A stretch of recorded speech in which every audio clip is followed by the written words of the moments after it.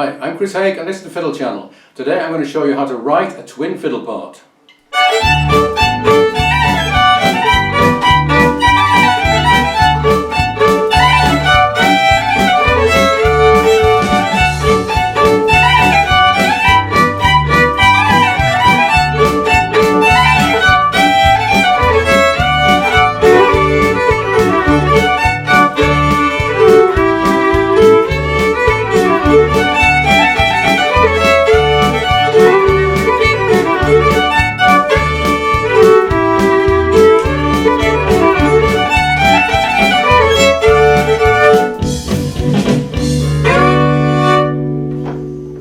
Now, what is twin fiddles? When you've got two fiddles playing together, one could be playing the melody and the other could be playing backing.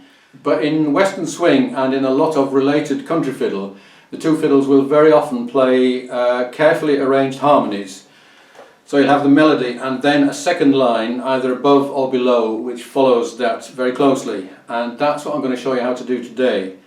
I've worked in several Western swing bands where we've had two fiddles, and it was always a bit of a mystery how exactly to come up with the second part, and I've worked out a system, and that's the system I'm going to show you today. It's by no means the only way to do it, but it is definitely a reliable way and a very thorough way.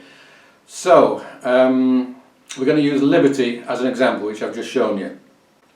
So what I recommend is that first of all you get yourself a double stave and you write out the melody exactly as you're going to play it, and preferably a not too fancy version of the melody. So don't do any double stops and don't do any fancy bits, because the fancier your main fiddle part, the more difficult it's going to be to get a second part which is going to match it.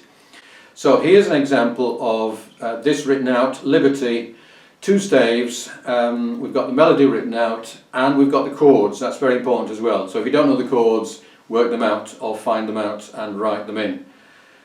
So I'm going to play you first of all just the melody.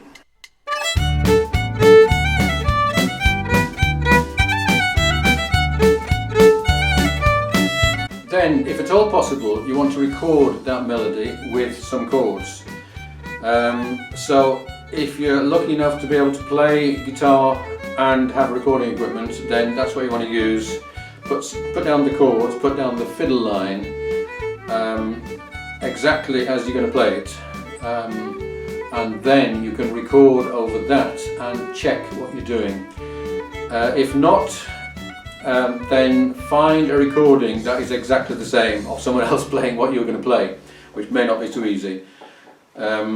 But that's really what you need, because otherwise you're not going to be able to check it absolutely thoroughly unless you can play it against a proper melody and chords. So having done that, you then want to write in or pencil in the same melody on the other stave and do each note one line up. So for example, a D on the A string is going to go up to an F sharp on the E string. So this is going to move up either a minor third or a major third depending on the scale and the key.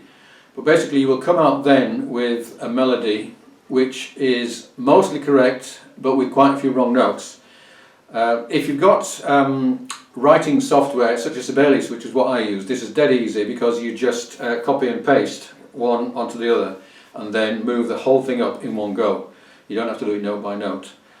And I will play you then what you come up with, and you'll hear that it's mostly okay, but there's a few disastrous notes here and there.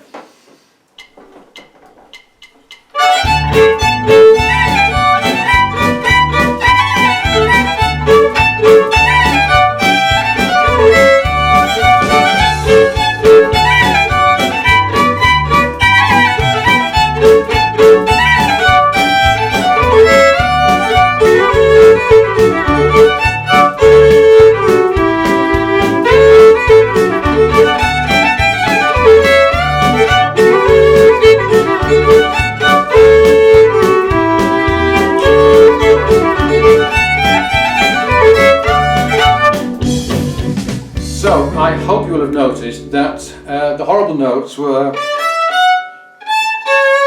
C sharp, basically, whenever a C sharp appears over the D chord or the G chord, then it sounds horrible. Basically, the C sharp is the major 7 note of the D chord. So that note, whenever that appears, then that is wrong. Now, if anyone can explain to me why a major 7 sounds so wrong in this situation, I would like to know, because it's not clear to me why that should be so bad. Because they're not D7 chords, but that is the case. So what you basically do is you go through the thing, and either by ear or by looking at the relationship between the note and the chord, every time you've got that C sharp, then you move it up 1 step to D. Just to illustrate that, if we do a D major scale, then the uncorrected harmony would be, but the corrected harmony would be, and going up that half step on from the C sharp up to the D is all that you need to correct it. So that's really all you have to do with this one. And then miraculously you'll have a good harmony. So we now have, instead of, we now have that. There'll be a few places where it, like on the last line for example, where you're going to have to play the same note over a few times. So over that you would have done, and what we're going to do is 3 Ds in a row, like that. But the harmony doesn't have to be a mirror image of the melody, so don't worry if you have to duck and dive a little bit. This is a slightly simplistic approach, and if you have more complicated chords, then you will have to work a bit harder to make the notes fit over the chords. But basically this works really easily if you've just got a 1, a 4 and a 5, which is what we got here. And I will just point out that on the 5 chord, which is the A, the C sharp works perfectly well, because on an A chord, C sharp is the 3rd of A. So we're only talking about on the D chord and the G chord where you have to make this change. So I hope that makes sense. I will now play you the finished version.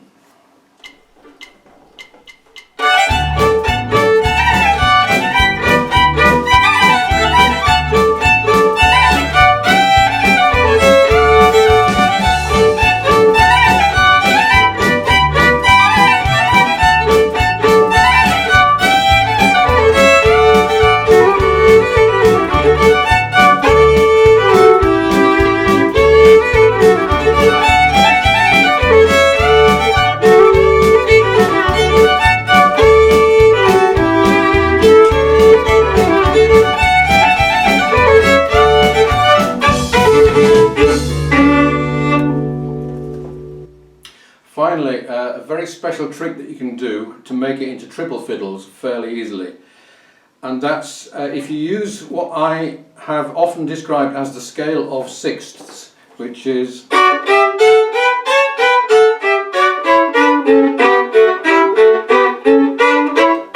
that scale.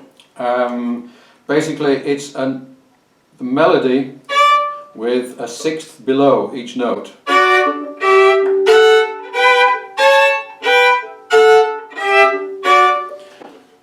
It'll only take a couple of weeks to learn that, but those couple of weeks will be well repaid over the many years to come when you can use this.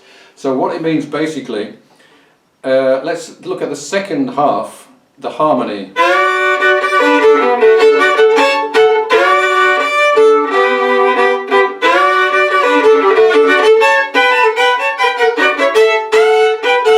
If you can do that over the melody, then you then have 3 parts, and you didn't even have to write anything out or even think about it, because your fingers know that scale. This is a pretty tricky one because it's so fast. I'm just going to try it on a few bits of the melody. It works mainly in the second half.